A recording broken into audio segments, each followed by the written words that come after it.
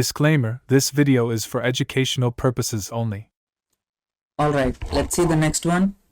Bandit 13. The password for the next file is stored in etc bandit pass bandit 14 and can be read by user bandit 14 only. So for this level you don't get the next password, but you get the private SSH key, so that can be used to log into the next level. Okay, localhost is the host name that refers to the machine you are working in. So this is obvious, right? Localhost is the same host itself. So let's log into bandit 13 SSH user @host port 2220, and here let's give the password,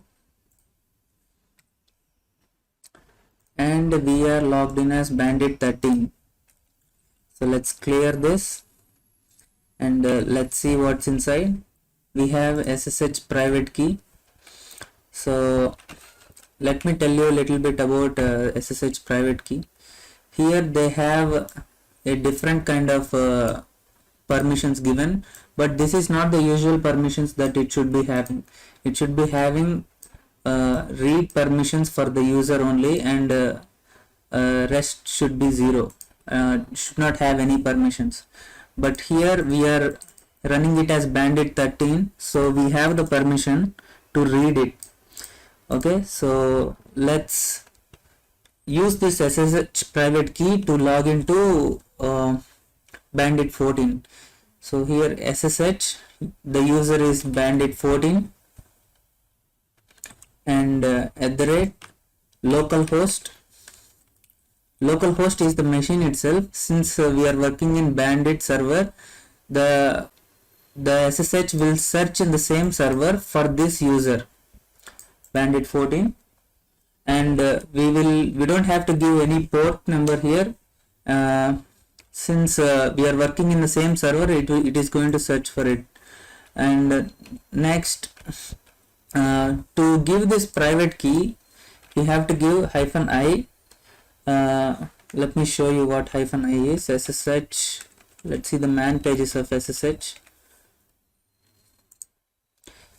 Here let's see -i. Yep, yeah, -i stands for a key, here identity file. So here this is called some private key that we are giving. So if we give that file, we don't have to give the password. So when we will go back and let's give the password. Let's give the private key. Okay, SSH bandit 14 @localhost and -i, and then SSH private key. If we give that, we will be able to log into bandit 14. Yes, yeah, we were able to log into bandit 14. Okay, let's get that password. Here they have given that password is here in this location, and they have given the file name also, bandit 14. So if we cat this file, we should get the password. Yeah, this is the password for the next this is the password for the current user bandit 14. Okay, so let's save this one. So till here the CTF is over. You can stay tuned to see another way of doing this. So let's exit out of here.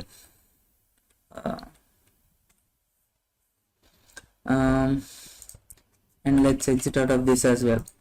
So we know that the bandit 13 has the SSH private key. So let's download that SSH private key using scp command. scp.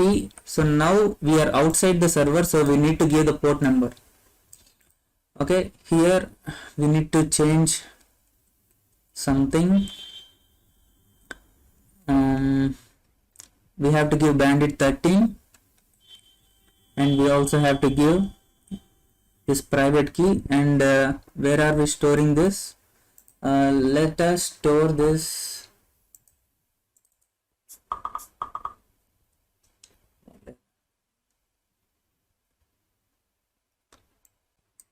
let us store this in some directory here, 13. So let's give this directory instead of dot, let's paste this, and here since this is there is a space here, we have to give backslash so that this will escape the space and tell that this is a single word. Okay, so now we are downloading this file. It is going to ask the password because SCP in the background works with SSH. So let's give the password for this, and we downloaded this SSH private key to this directory. So let's go to desktop.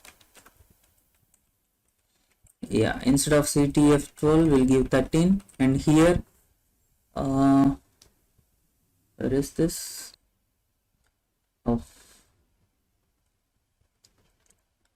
all right, let's move this shit to it.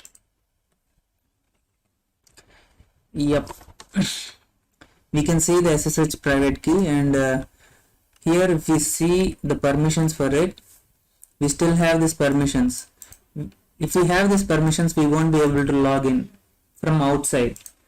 Okay, so let's try that. SSH.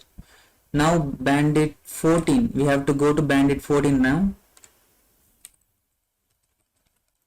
and we'll give the same thing, and we also have to give SSH private key.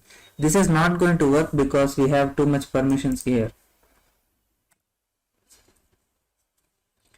As you can see, it is unprotected private key file. Let's exit out of here and let's change the permissions with the chmod. Chmod will change the permissions of a file. So here we are giving 400, which stands for read for user and nothing for others. Okay, you can also do it in this way. SSH private, there is no file. Oh, sorry, this is a different file. Chmod 400 SSH key private. Okay, now this is going to work. All right, so if you go back to ls-l, it will show that it has read and then there is nothing. So now SSH command is going to work. Let's see it. We don't need any password for this. It should automatically log in, and you can always cat this and get the password.